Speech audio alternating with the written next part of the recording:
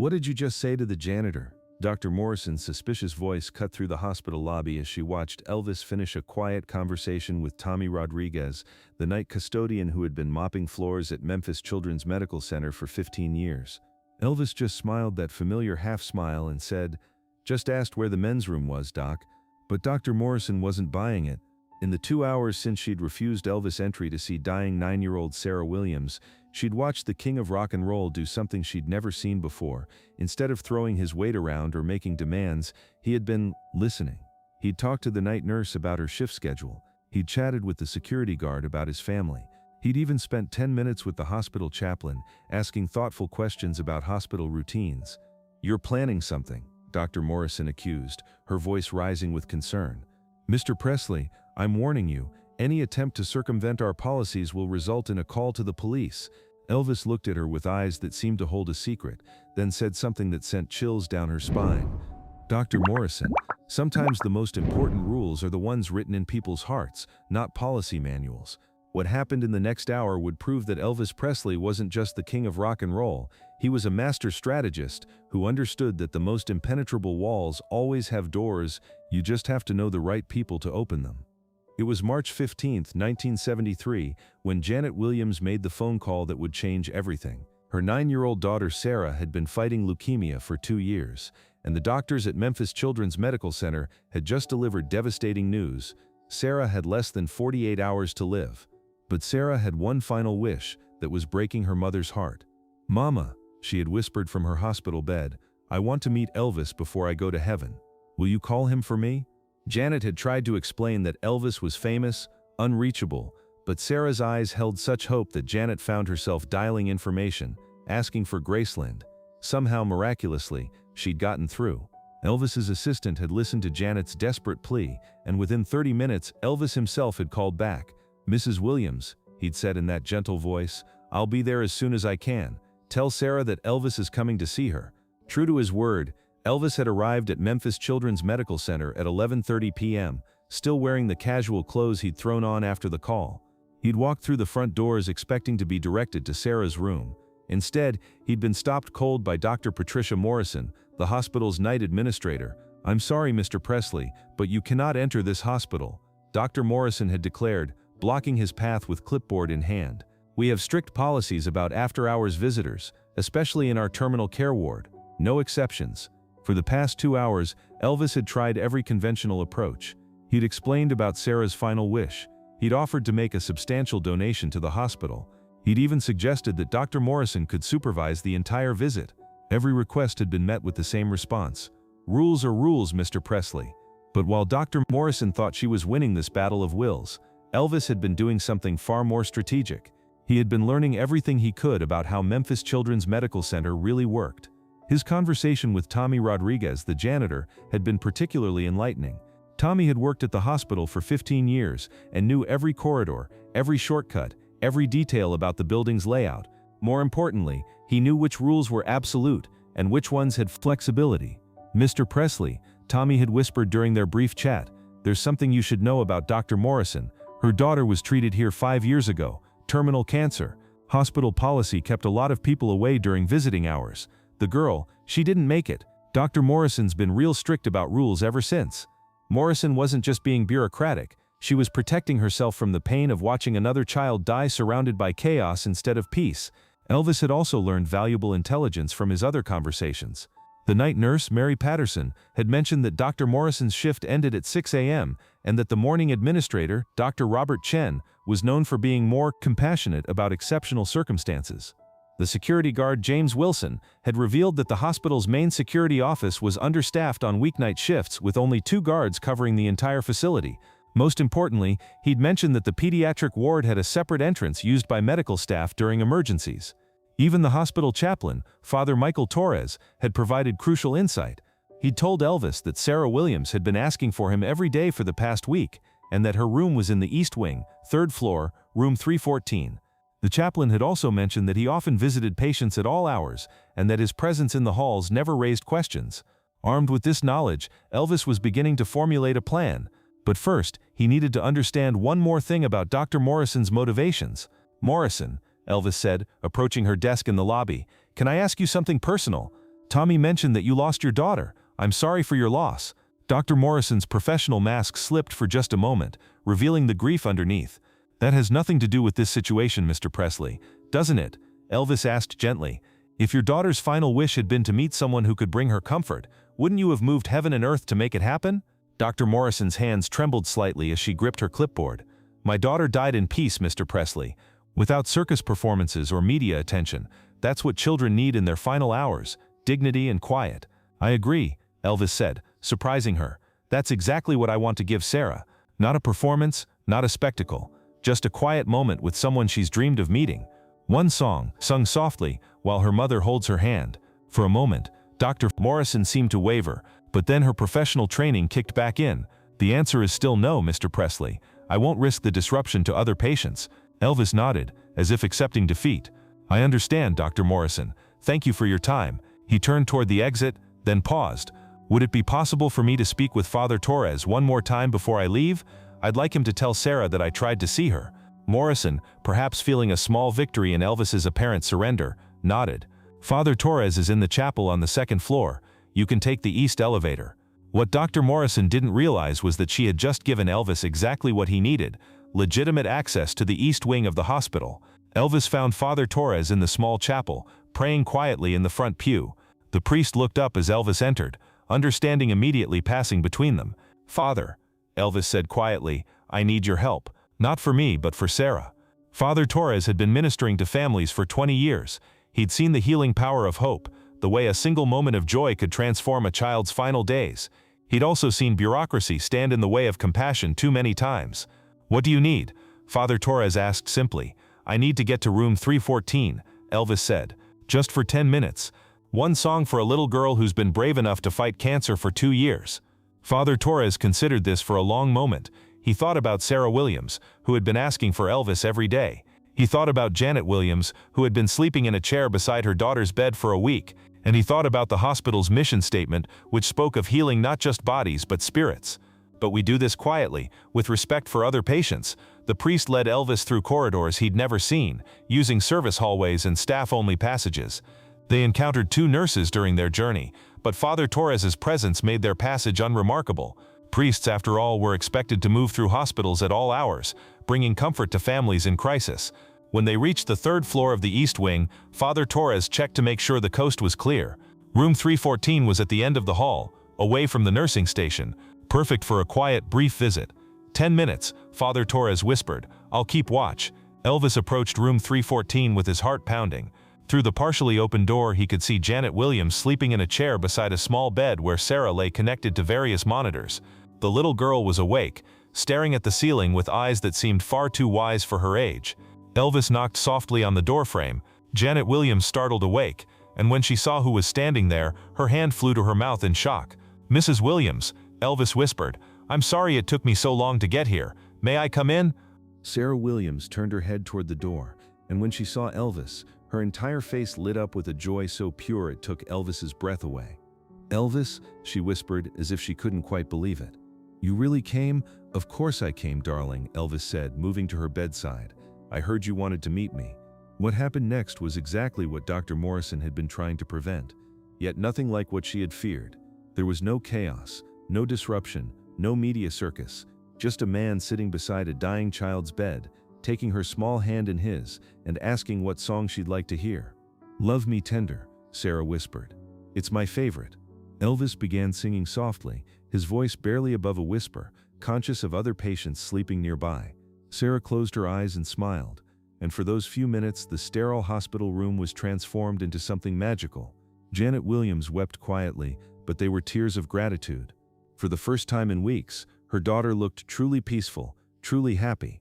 When the song ended, Sarah opened her eyes and looked directly at Elvis. "Thank you," she said simply. "I'm not scared anymore." Elvis stayed for exactly 10 minutes, as promised. He signed a photograph for Sarah, kissed her forehead gently, and told her mother that she should be proud of raising such a brave, beautiful daughter. "Will you sing for me in heaven someday?" Elvis felt his throat tighten, but his voice remained steady. "Darling, I'll sing for you wherever you are, whenever you need to hear it. You just have to listen with your heart." Father Torres was waiting in the hallway, and together they made their way back through the hospital's maze of corridors. They had almost reached the chapel when they encountered Dr. Morrison, who was making her final rounds before her shift ended. "Father Torres," she said suspiciously, "what are you doing in this wing? And Mr. Presley, I thought you had left." Before Elvis could respond, Father Torres stepped forward. "Dr. Morrison, I was ministering to the Williams family. Mr. Presley accompanied me to offer spiritual comfort. Surely you don't object to providing dying children with the comfort of prayer." She couldn't argue against spiritual ministry without appearing heartless, but she suspected that more than prayer had taken place. "Did you enter the patient's room?" she asked Elvis directly. "I did what I came here to do," Elvis replied calmly. "I brought comfort to a frightened child and her mother. Isn't that what hospitals are supposed to be about?" Dr. Morrison stared at Elvis for a long moment, realizing that she had been outmaneuvered by someone who understood human nature far better than she had given him credit for. He had found a way to circumvent her policies without technically breaking any rules. "How did you?" she began, then stopped. "It didn't matter how. What mattered was that it was done." "Dr. Morrison," Elvis said gently, "I know you lost your daughter, and I know you're trying to protect Sarah from the kind of chaos that might have disrupted your daughter's final days. But sometimes children need more than quiet. Sometimes they need hope, joy, and the knowledge that they matter enough for someone to break a few rules." Dr. Morrison felt something crack inside her chest. For 5 years she had been so focused on protecting dying children from disruption that she had forgotten the power of bringing them joy. "The other patients," she said weakly, "were not disturbed," Father Torres interjected. "The visit was conducted quietly and respectfully. No one else even knew Mr. Presley was in the building." Dr. Morrison looked between Elvis and the priest, understanding that she had been beaten not by force or celebrity pressure, but by compassion and creativity. These two men had cared enough about one little girl to find a way around every obstacle she had placed in their path. "This cannot happen again," she said finally, but her voice lacked conviction. "I hope it doesn't have to," Elvis replied. "But if another child needs what Sarah needed tonight, I hope you'll remember that sometimes the rules that matter most are the ones written in our hearts." Elvis left the hospital that night, knowing he had given Sarah Williams what she needed most, a moment of pure joy in the midst of her greatest fear. But the impact of that visit would extend far beyond one little girl's hospital room. Word of Elvis's late-night visit spread quickly through the hospital staff. The night nurses talked about it during shift change. The security guards mentioned it to the day staff. Father Torres, while maintaining the confidentiality of his ministry, couldn't help but speak about the power of bringing hope to hopeless situations. Within days, the story had reached the local Memphis newspapers. But instead of criticizing the hospital for security lapses, the coverage focused on Elvis's determination to comfort a dying child and the creative compassion he had shown in finding a way to do so. The public response was overwhelming. Letters poured into Memphis Children's Medical Center, praising both Elvis and the hospital staff who had facilitated the visit. Donations increased dramatically, with many donors specifically mentioning their admiration for a facility that would bend rules for the sake of compassion. Dr. Morrison found herself in an unexpected position. Rather than being disciplined for the security breach, she was being praised for running a hospital that valued human kindness over rigid bureaucracy. The hospital's board of directors, seeing the positive publicity and increased donations, asked her to develop new policies that would allow for more compassionate exceptions to visiting rules. But the most significant impact was on Dr. Morrison herself. Sarah Williams had passed away peacefully 3 days after Elvis's visit, but in those final days she had been transformed. The fear was gone, replaced by a sense of peace and joy that radiated to everyone around her. Janet Williams later told Dr. Morrison that Sarah had spent her last days talking about her friend Elvis and how he had promised to sing for her in heaven. Watching this transformation forced Dr. Morrison to confront the grief and fear that had been driving her policies. She realized that in trying to protect dying children from disruption, she had also been protecting herself from the pain of forming connections with families she knew she would lose. With the help of the hospital's counselors, Dr. Morrison began processing her own daughter's death in a healthier way.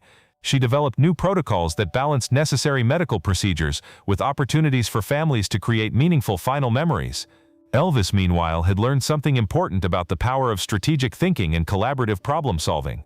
He had always been willing to help people in need, but this experience taught him that sometimes the most effective help requires understanding systems and finding creative ways to work within or around them. He began applying this approach to other charitable endeavors. Instead of simply writing checks or making grand gestures, he started learning about the organizations he wanted to help, understanding their challenges, and finding innovative ways to address underlying problems rather than just symptoms. The incident also strengthened Elvis's relationship with Father Torres, who became a regular spiritual advisor and confidant. The priest's willingness to risk his position to help a dying child had impressed Elvis deeply, and their friendship would continue for many years. Most importantly, the story of Elvis's hospital visit became a powerful example of how individual creativity and determination could overcome institutional barriers when motivated by genuine compassion. Medical schools began using the incident as a case study in patient advocacy and the importance of considering the whole person, not just their medical condition. Nursing programs incorporated the story into lessons about creative problem-solving and the importance of understanding that healing involves more than just medical treatment.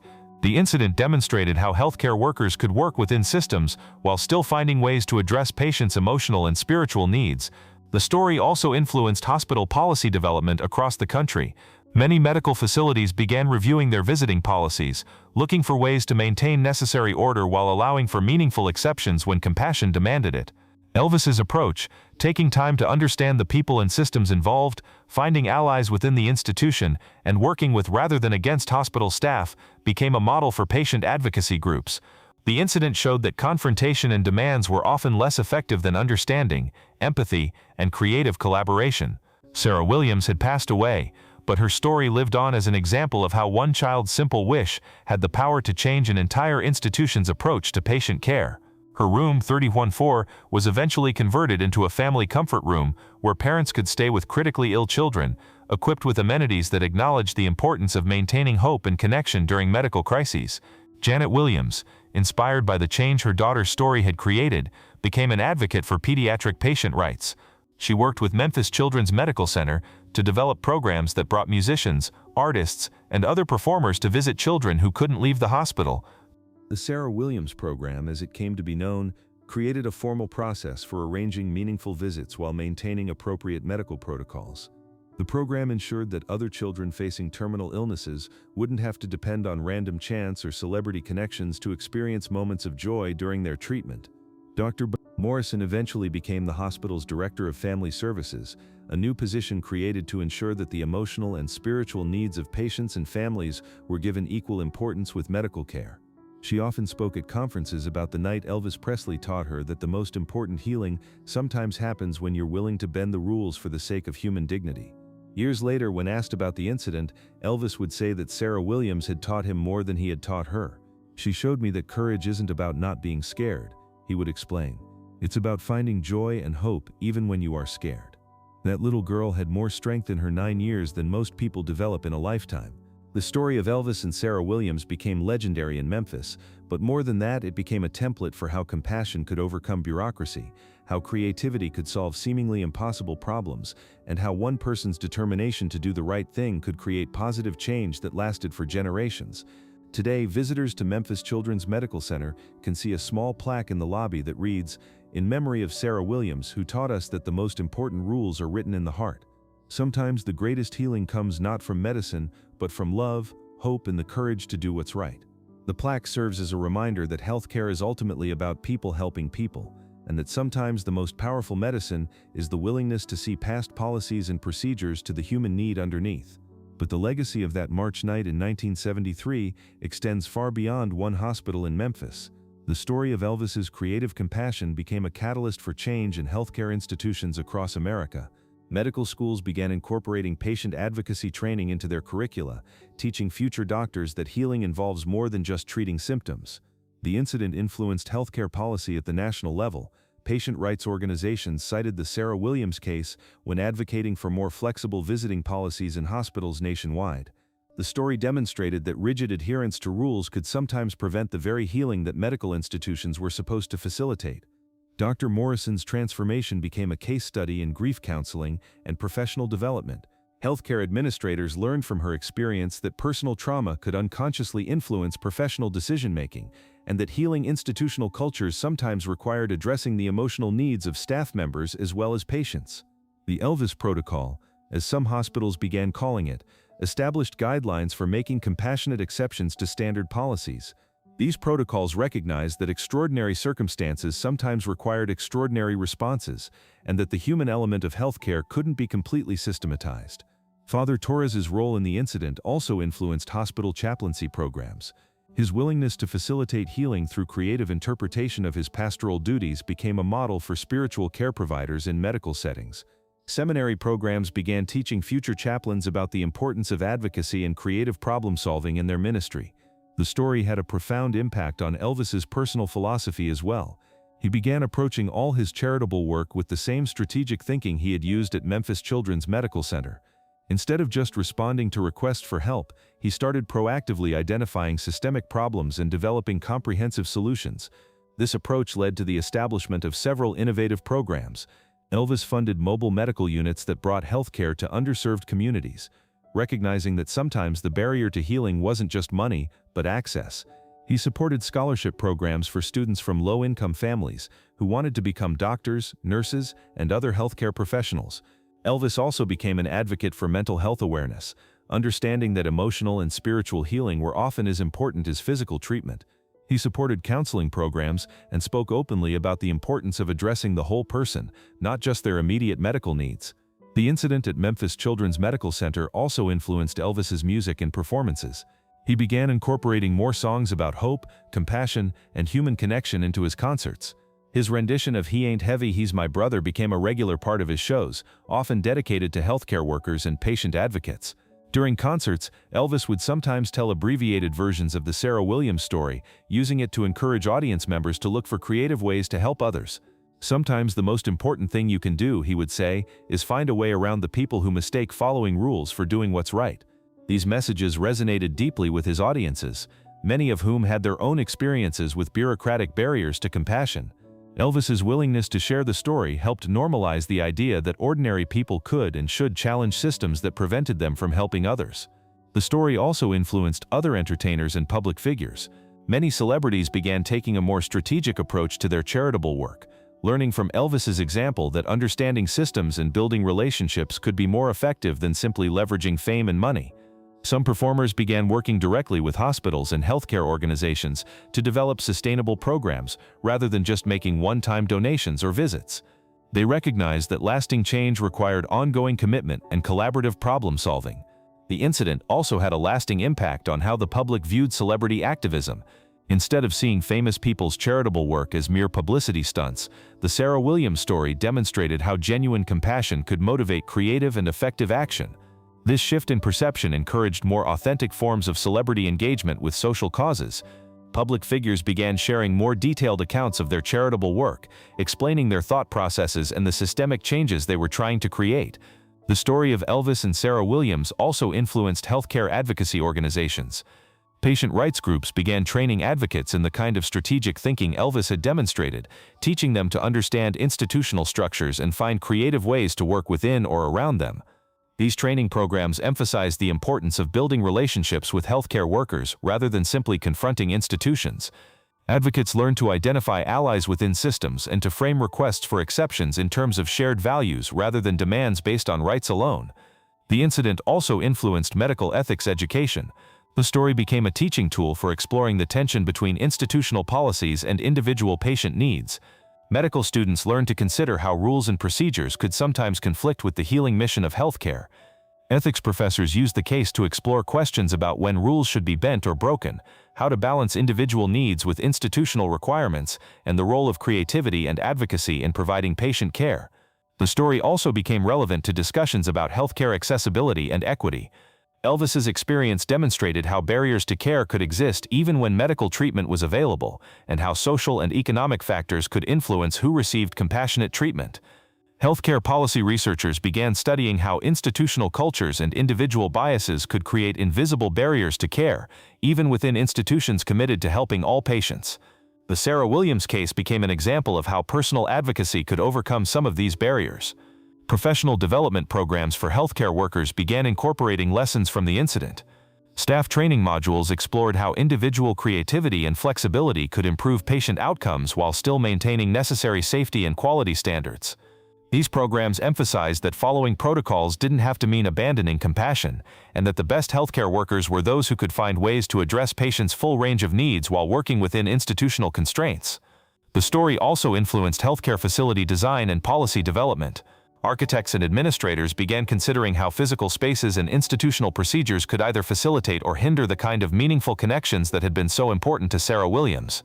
Some hospitals began creating more flexible spaces for family members, recognizing that emotional support was an important component of medical treatment. Visiting policies were revised to allow for more individualized approaches to family involvement in patient care. The incident at Memphis Children's Medical Center ultimately became more than just a story about one famous person helping one sick child. It became a template for how individuals could create positive change within complex systems, how creativity and persistence could overcome bureaucratic barriers, and how genuine compassion could motivate solutions that benefited everyone involved. The legacy of Sarah Williams continues today in the countless healthcare workers who choose to see patients as whole human beings rather than just medical cases, in the family members who advocate creatively for their loved ones, and in the policymakers who design systems with both efficiency and compassion in mind. Most importantly, the story serves as a reminder that each of us has the power to make a difference when we encounter unfair or rigid systems. We don't need to be famous or powerful to find creative ways to help others, we just need to care enough to look for solutions and brave enough to act on them. Have you ever had to find a creative way around an unfair rule to help someone you cared about? Have you witnessed someone choose compassion over convenience when faced with bureaucratic barriers? Share your story in the comments, because just like Elvis showed that night in Memphis, sometimes the most important thing we can do is refuse to let institutional policies stand in the way of human kindness.